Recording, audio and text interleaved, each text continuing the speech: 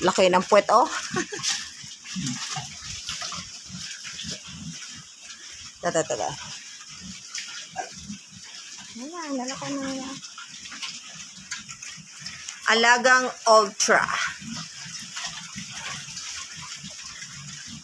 Yan.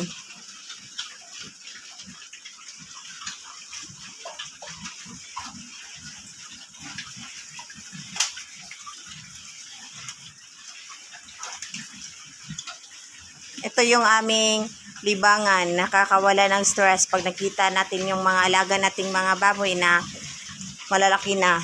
Pwede nang maibenta. Pero nakaka-stress lang yung presyo ng feeds. Pero laban lang. At nakaka-stress yung baba ng presyo. Pero okay lang po yan. Tuloy pa rin.